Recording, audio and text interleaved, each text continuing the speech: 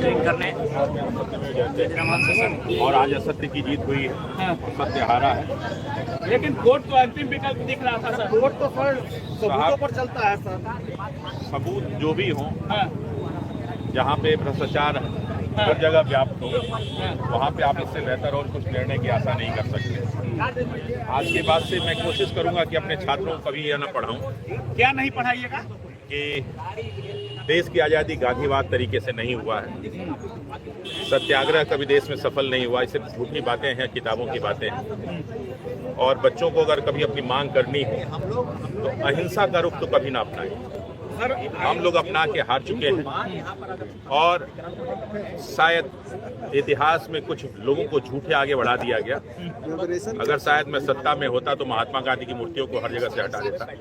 Sir क्योंकि ऐसे व्यक्ति की जरूरत नहीं है इस देश में, उनके सिद्धांतों की जरूरत नहीं है, सत्याग्रह की जरूरत नहीं है, सत्य की जरूरत नहीं है और अहिंसा की जरूरत नहीं है। हम लोग की संख्या इतनी थी कि हम लोग चाहते तो चाहे 29 तारीख हो, चाहे 6 दिसंबर हो, चाहे 30 हो, पुलिस हमारे सामने टिकती नहीं। लेकिन हमने शिक्षा हासिल की है, जो संविधान पे हमें भरोसा था, वो भरोसा आज हम लोग का टूट गया।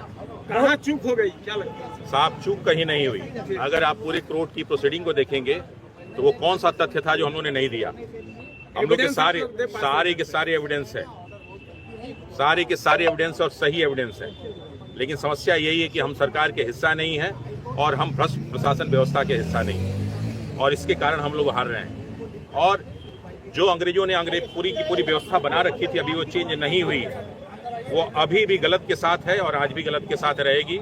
और मुझे इस बात का विश्वास हो गया है कि आज के बाद से मैं बच्चों को कभी नहीं पढ़ाऊंगा कि साहब सत्य और अहिंसा की विजय होती है। मैं कभी नहीं पढ़ाऊंगा कि सत्य में जयते जो लिखा है वो सही लिखा है। मैं कभी नहीं पढ़ाऊंगा कि गांधीवाद तरीका कभी जीतता है। मैं हमेशा यही कहता हूँ, आगे तो भगवान मालिक है, क्या करेंगे हम लोग। सुप्रीम कोर्ट जाएंगे? सुप्रीम कोर्ट तो जाएंगे ही जाएंगे। लेकिन अफसोस हो रहा है कि शायद जो हम लोग ने इतने दिन से पढ़ाई की थी, जो उन्होंने 100 दिन का त्याग किया था, वो सारी की सारी चीजें झूठी हैं। और आज के बाद मैं ये प्रयास भी करूंगा कभी सत्याग्रह और अहिंसा की बात बच्चों के सामने न करूं। बाग में आप लोग का धरना आंदोलन चल रहा था, वो देखिए, चूंकि हम लोगों ने पढ़ाई थी कि हम लोगों ने संविधान को पढ़ा, बाबा साहब अम्बेडकर पे भरोसा किया और उसके लिए हम लोग संवैधानिक तरीके से लड़ते रहे। शायद हम लोग भी बांग्लादेश के तरीके को अपनाते तो आज निर्णय की आवश्यकता नहीं होती। ये जो करप्ट बीपीएससी है, उसके अधिकारी हैं जिन पे ऑलरेडी सुप्रीम कोर्ट में केस चल रहा है, उन सारे लोगों की बात मानी जा रही है। बहुत सारी बातें जो चारों ओर कही जा रही हैं, उन सारी बातों को मानी जा रही है।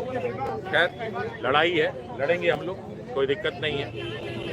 देखते हैं कब तक हम लोग हारते हैं। उम्मीद था कि कोर्ट से न्याय मिल जाएगा।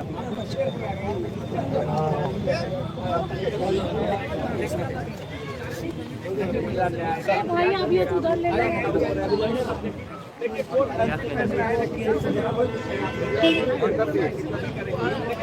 नमस्कार, स्वागत है आपका दर्पण में। मैं आशुतोष हाईकोर्ट के सामने मौजूद हूँ। हमारे साथ रमांशु सर मौजूद हैं। कोर्ट के अंदर गए थे और सारी चीजें, इनके सामने सारी चीजें घटी। जो आज फैसला आया वो सच में सबको निराश कर देने वाला फैसला। सर, हाईकोर्ट ने साफ रिजेक्ट करके ऐसे क्या कमी थी हमारे केस में? हम लोग की यही कमी थी कि हम लोग सत्याग्रह और अहिंसा वाले थे, और कोई कमी नहीं। क्या हुआ आज जज साहब आए, उसके बाद क्या क्या हुआ?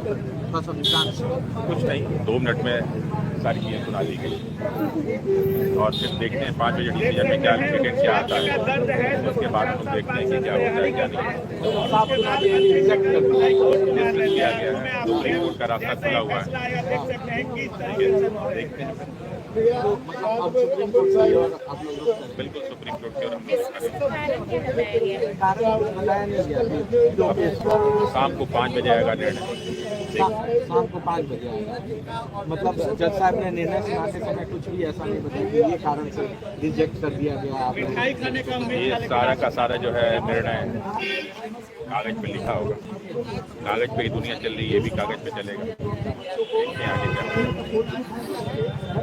आगे हिम्मत नहीं आता सर, आप अपने के लिए प्रेरणा स्रोत शुरू दिन से एक दिन हो चुका है सर।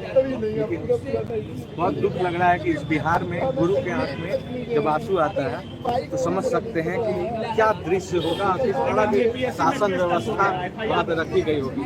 देख सकते हैं सर, काफी नर्म है, लेकिन सर आप अगर ऐसे हो जाइएगा तो फिर हम लोग का क्या होगा? पूरे बिहार के बच्चे का मारा जाएगा, FIR किया जाएगा, FIR सब चीजें देख सकते हैं काफी देख सकते हैं।